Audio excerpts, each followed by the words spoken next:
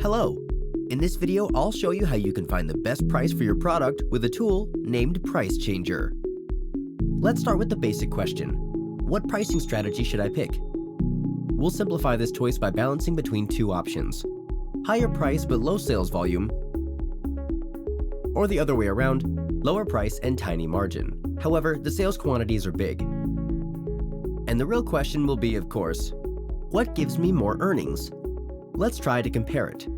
We'll summarize our profit from the low-priced product and compare it with the profit from the same products, but in a scenario where we set a high price and eventually don't get big order numbers. You see, in our case, the overpricing strategy wins, as we get a bigger return.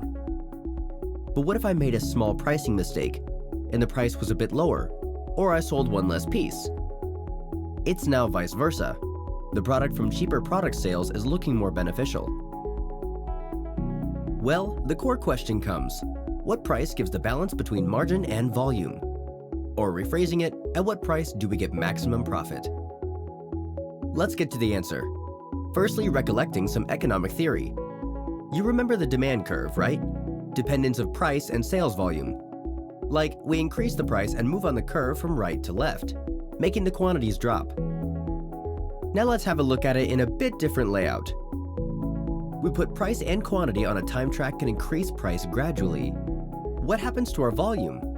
It of course will drop, but in real life it doesn't go that evenly as the price grows. Because at first, your customers won't react to the change, staying loyal. There are switching costs keeping them, and competition doesn't react. But then after a larger increase, the market starts reacting and customers will flee. Now let's make an exercise. For example, we have an initial position with 100 pieces volume and $50 profit per one piece. The sales price could be like $150. The total profit is $5,000. After the first price increase, we get slightly less volume of 95 pieces, but thanks to the additional $10 per piece, our total profit significantly grows to $5,700. But if we continue increasing our price further on, we'll apparently start losing money. As you see, at the next point we have the volume of 60 pieces. And although the profit per piece is now quite large, the total income drops. Multiplying 60 by 80 gives us a profit volume of 4,800, which is even less than we had in the first place.